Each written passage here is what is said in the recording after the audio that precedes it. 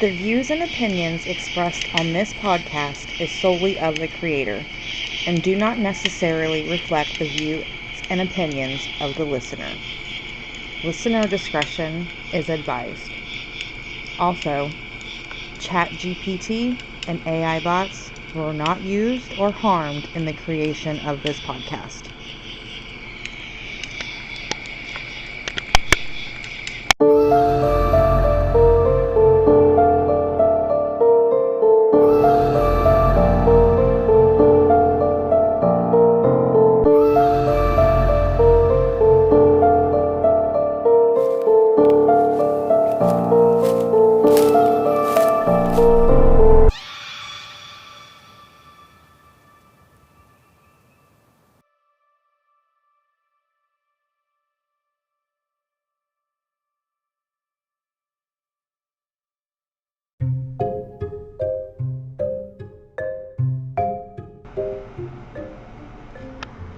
Hello friends, and welcome to another installment of Under the Moon Paranormal Ohio Legends. Hey, it's me, it's Melanie. We're in August. Can you believe we've been doing this podcast for a few months now? I'm glad you all have come back to listen to another installment. So, it's hot out, it's August, but you know what's going to happen in August? We're going to have 2 supermoons. That's right, 2 full moons in August. So this episode's not going to be as long because we're having 2 episodes this month. So I wanted to start off this episode by talking about the full moons. Okay, here we go.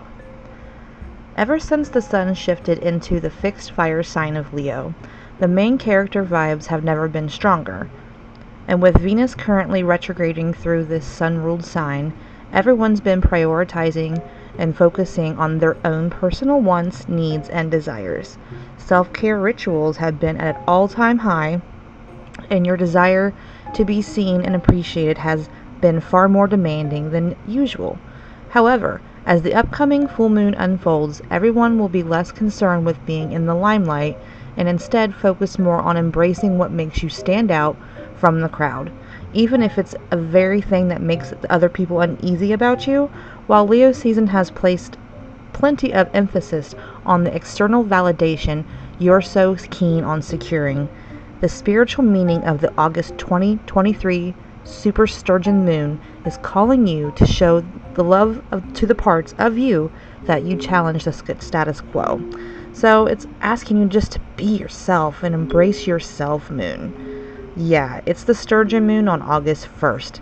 Hello guys, let's get into this episode about a ghost town in Ohio called Moonville.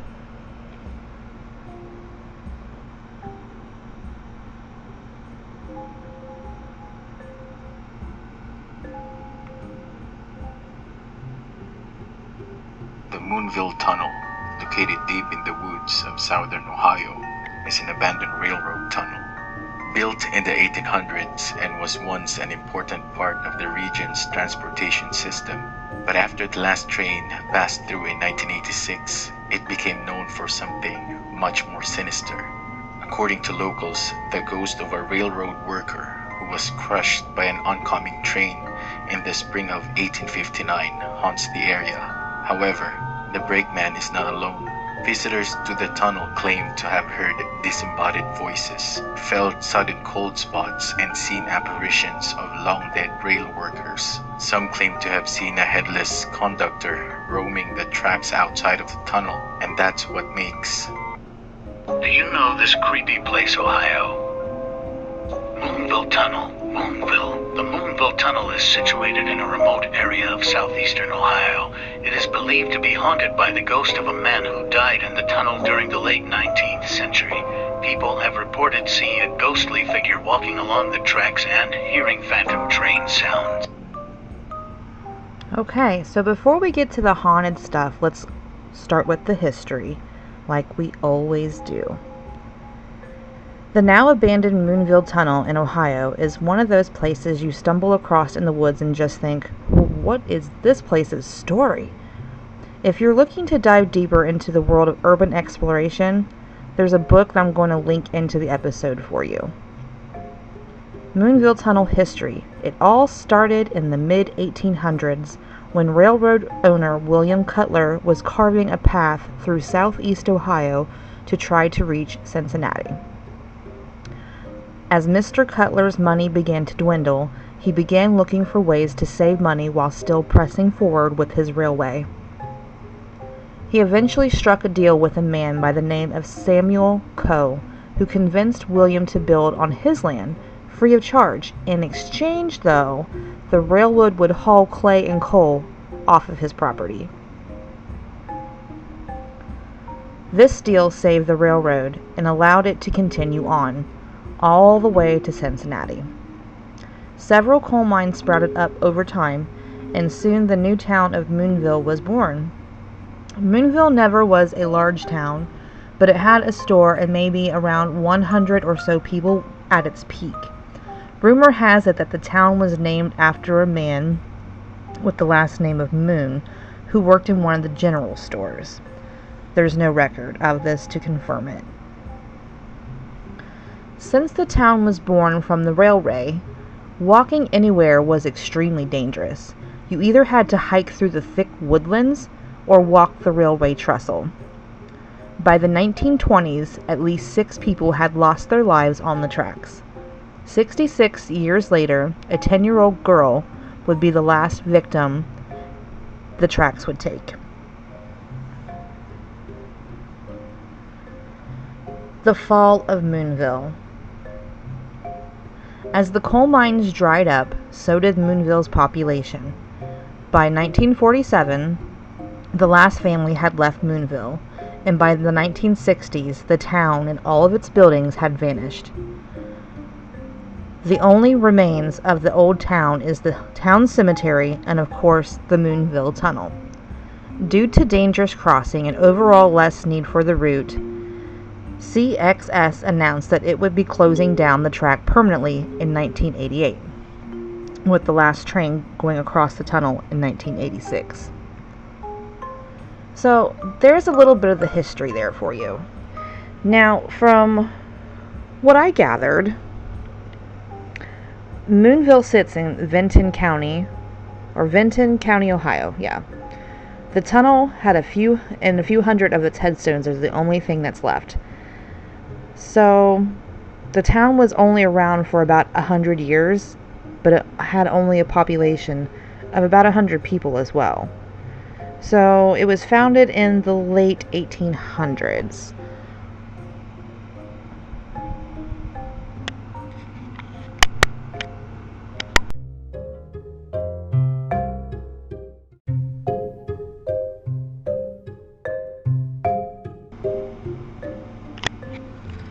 Moonville Tunnel came into existence with the Marietta and Cincinnati Railroad tracks crossed Vinton County right around 1856. Later, in 1883, the railway would change ownership to the Baltimore and Ohio Railroad. The town became the name from the way from the full moon displayed brilliantly above the tunnel on certain nights. So, there's 2 conflicting stories of how Moonville got its name. So, I'd say it's like this podcast. This podcast and my paranormal group, that's how it got its name, was by being under the full moonlight. So, I'm going to go with that story. Alright, moving on. Many of these residents were scattered about a couple-mile area, their homes tucked into hollows and hills wherever the land would allow them to build a home. There were folk like the Shirkeys, the Kennards, and the Fergusons. Most of them were farmers or worked on or for the railway, local mines, or Coe's gust mill or salt mill. So it sounds like this Coe guy was really rich in the Appalachia part of Ohio back in the 1800s. The community had a depot, a schoolhouse, and a couple of homes and the local cemetery. A tunnel was built through a hillside on the Henry Ferguson property, the infamous Moonville Tunnel. The tunnel remained a little less than 100 years until the last family left, leaving it nothing more than a ghost town among many of its declining economy in the 1940s. So, I'm going to include 2 links on the episode description where it has the history and conflicting stories about Moonville. I'm gonna go with the other one's probably gonna be the better one to go to, but the other one's like a natural park website. So we're gonna take a quick break for our segment for Luna's Clout Corner.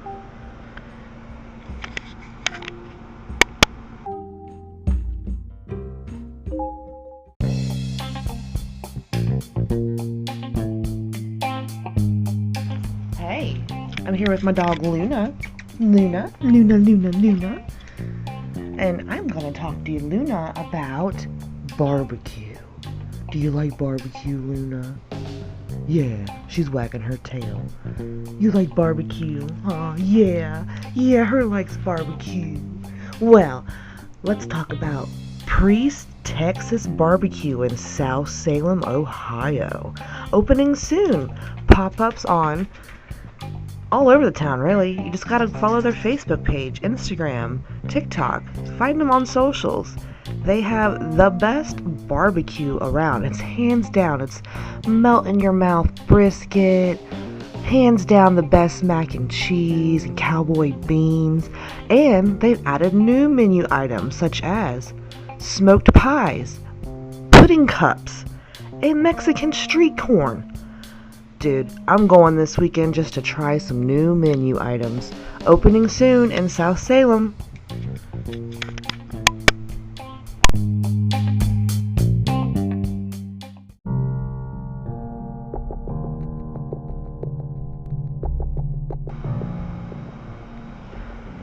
Okay, welcome back. I pre-recorded the Luna's Clout Corner this month a few weeks ago. They've already had a couple of pop-ups since then, and they should be opening soon. Just check them out on Facebook or Instagram. Alright, so now we're going to the haunted part of the episode. There are at least 5 ghosts that people have seen regularly at the Moonville Tunnel. So we got the engineer, the lavender lady, the brakeman, the bully, and the Girl Scout. So let's talk about the ghost of the engineer first. The ghost of an engineer whose train smashed into a second oncoming train in the 1800s returns to the tunnel. This is the original ghost that has haunted the tunnel since the late 1800s. So I guess he was the very first ghost. Alright. Next we're going to talk about the brakeman. A young brakeman's ghost walks near a trestle. Some say a brakeman killed after drinking too much and falling asleep on the tracks walks near a trestle. So they said that he apparently was drinking and he fell asleep on the train tracks and the train came through the tunnel and sliced his legs off. Or from where the brakesman, if you know anything about trains, they have to like be on the back of the train or standing outside of the train, and he had slipped and fell in between the cars, and that's how he lost his legs. Either way, he lost his legs, and reports are seeing an apparition with no legs. You can look up them pictures. They are all over the internet. I promise you, they are pretty cool. The next ghost we're going to talk about is the lavender lady. An old lady in the community was walking along the tracks, did not hear the train coming, and she was killed. She must have been wearing perfume when it happened. Folks tend to smell lavender where she died, and her ghost has been seen walking the trestles and the tunnel. If you ever go to Moonville, the trestle, it kind of isn't there anymore. It's just the big post and pegs that they use to hold everything up. That's the only thing left. The tracks are actually gone, and they recently built a old looking bridge that covers the Raccoon Creek area where you can go and actually walk up to the tunnel, where before is kind of hard to get to. It's close to Old Man's Cave, if you know what Old Man's Cave is. You can visit Moonville along the Vinton County Rail Trail, which is tucked into Zaleski State Forest, and it is only about a 40-minute drive from Old Man's Cave. The main road is paved, but the last mile is raggedy dirt and gravel, and in some places only wide enough for one car. There are a couple of trees that run along the high cliff edge along Raccoon Creek, and during the winter times, the icy and snow-covered road can be impassable for vehicles. And from some of the videos I've seen on YouTube, the road gets flooded pretty bad too when it rains. So that was the ghost of the Lavender Lady, which she's seen all along, I guess, the gravel part of the road and the bridge before the Moonville Tunnel, right by the parking lot. People say that you can smell the sweet smell of lavender in the dead of winter there. So that's pretty cool. So the next ghost we're going to talk about is the bully. The town bully. A local farmer was the town bully, picking on anyone smaller than himself. One night he got thrown out of a bar in the Zaleski State Park and never made it home. They found his dead body several days later. Most believe he might have been murdered, but his killer or killers were never found. And now this angry ghost tosses pebbles from the top of the tunnel at those that walk underneath. That is a lot of the accounts that people are reporting, is that rocks or pebbles are being thrown from the top of the tunnel, which it could also be, the tunnel's old and probably hasn't had maintenance in a while, so that could also be another reason. You always have to look at the logic before you look at the paranormal. That's just me. That's just what I think. The last ghost we're going to talk about isn't on the websites. It's about the little girl, the Girl Scout ghost, which people do report seeing about a 6 to 8-year-old little girl in a Girl Scout uniform. She did the same thing the Lavender Lady did. She was walking along the train tracks and didn't hear the train coming, and she got hit by the train. Some say that she jumped off of the trestle and tried to, land in the creek, and she didn't make it either way. So that's really sad. I wish they had some more documentation on that little Girl Scout. So that's going to be the end of this first full moon of August episodes. I love ghost towns, and I didn't really know Ohio had a couple of ghost towns. So we're going to be talking about ghost towns for, we've got so many episodes to do. Now, this is the part of the show where we have user-submitted stories. This first episode this month, this episode is actually going to have an interview with my daughter and my bonus son. So before I play that, I'm going to just close out the episode right here. If you have a spooky story, it doesn't even have to be paranormal. It can be about aliens, because now we all know that aliens are real. It's been confirmed by the government. Who cares, man? Pay me better. Make this world livable. Don't make it so hard to struggle. Come on, aliens, come take them away. Take the government away, right? But yeah, it could be about aliens. It could be about Bigfoot. It could be about just some weird person that gave you bad vibes, or it could be about, I don't know, anything that she's discovered in Ohio that's strange and you just want to tell somebody. And I will read your story on the show. Haunted objects. You got a haunted object in your house? Email me at underthemoonparapod@gmail.com. One last little tidbit about the full moons in August. Bottom line, this August sees 2 full moons, and both of them are super moons. The Sturgeon moon on August 1st, and the second one is a blue moon, because, that's what happens once in a blue moon, is going to be the corn moon on August 30th. So I'll see you then, August 30th, for another installment of Under the Moon Paranormal Ohio Legends. And always remember, stay spooky, my friends.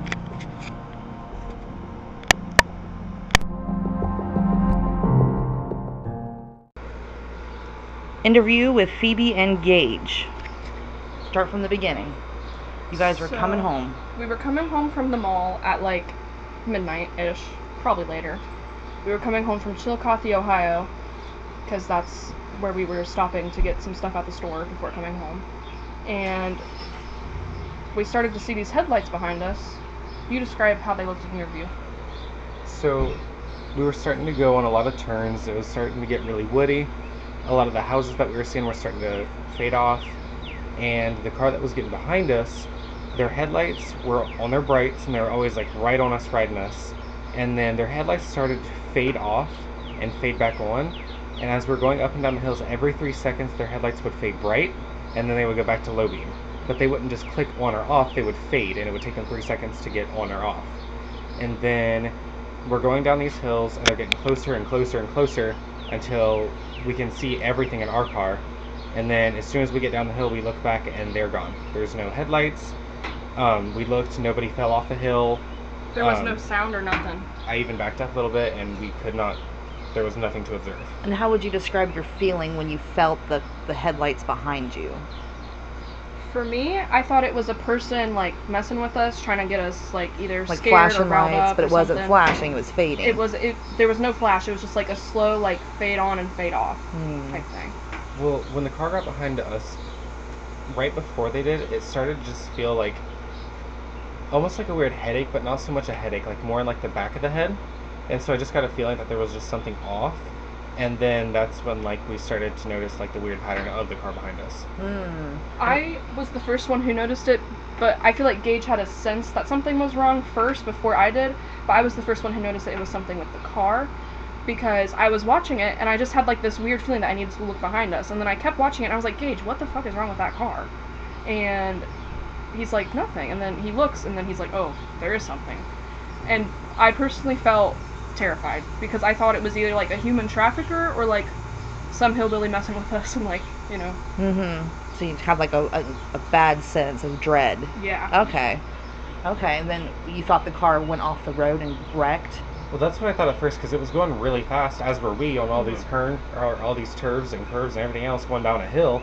And so it would have been really easy to take it or miss a turn at midnight. You know, you flashing your brights and stuff, and then speeding, going off. But we didn't see anything. And then not too long after that, it wasn't even 5 miles down the road, we got pulled over. It was because probably like 2 or 3 miles. Yeah, there was If that. another car that got behind us with their brights on, and then we got real scared, but it was a police officer.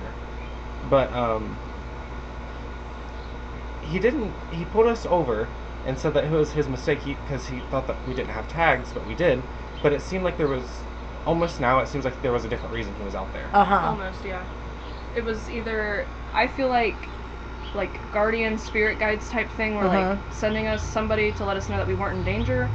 But actually, Gage mentioned this when it happened. His first thought was like a fake person human trafficking as well. Oh, that could have been it too, yeah. Because we are very, very terrified of that as young people of minorities and as a woman and stuff, so. Yeah, that's definitely strange, but it's just weird how the car just disappeared. Yeah. And then the cop car showed up right after that. Yeah, and if there was a wreck, that cop wouldn't have stopped us. Exactly. He would have stopped at the wreck. Exactly. Yeah, but I sat there for a good 30 seconds trying to wait to see anything. Like I said, I backed up a little bit, but I went because it seemed like right after the car vanished, Phoebe was scared the whole time, but the second the car vanished and we didn't see headlights anymore, Phoebe was in a complete hysteria. Yeah, I was like screaming, I thought panicking. somebody had died. Like, I was more scared that somebody's life had been lost than if there was like a scary person behind us. Right. Yeah. But you had more of a like desire to leave. Oh yeah, absolutely. Because I didn't know what was going on. You mentioned was the really fear of somebody terrifying. getting hurt. You mentioned the fear of trafficking. Like it Oh just yeah, seemed absolutely. like subconsciously you wanted to do like anything you could to get away from there. Yeah, you felt like you had to, your Absolutely. fight or flight took in. You wanted to leave. I have no fight. I'm a flight. So do you think it was supernatural or do you think it was real? Personally, I think it was supernatural. I think it was supernatural because we saw headlights, but we didn't see any, and like the moon was kind of bright. We didn't see any, Right. and the trees were over us, but we didn't see any like shining off the hood, any like windshield, and we're going around turns and stuff, and they're right on us. And even before that, we didn't see brake lights. Did you hear a vehicle, like a hum of a motor or anything? No. Just the fading in and out of headlights. Yeah, we did. That's Like the weird. car was silent too. Yeah. Like we could hear our car, and we had the radio on, but we turned it off Yeah. when we realized there was somebody behind us. Yeah. Definitely And- strange. They weren't like faint lights or anything. Like they were bright headlights. Yeah. They stayed consistent where they were. Yeah. What do you think, UFOs maybe? No. No? personally, if I have any sort of theory on it, for me, I think it maybe could have been a residual energy from like a past car accident or something. That's what I was thinking. Yeah, that could have been it, because that's a really creepy road anyway to be driving at night. Yeah. And usually, because like we were having fun and like sticking our heads out the windows and stuff and yelling, and Which we do usually frequently. people or like spirits when they have like an issue or when they have a death that they feel like was unjust, like young people who are like having fun and like going wild in their area, Yeah. usually doesn't go great. Right. And I think we actually were having this conversation either before it happened or a few times before this happened. We had a conversation that if we got in a car wreck, people would hear like David Bowie playing and then Nicki Minaj playing. Because Oh our yeah, playlist is yeah, so crazy. that makes sense. So- Yeah. I said that right before. I thought that's when it was. So Hmm. maybe that ghost heard that and was like, it's not funny to joke about that. Right, could have been. Like, I'll show you, you Right. know.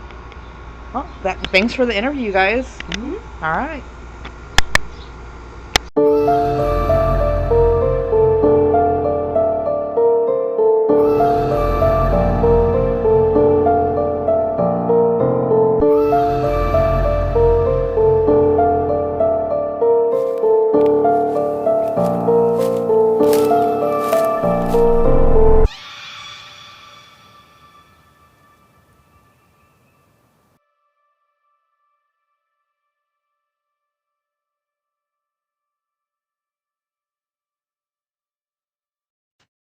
Thanks for listening. Make sure to join us under the next full moon for the next spooky tale of Under the Moon, Ohio Paranormal Legends.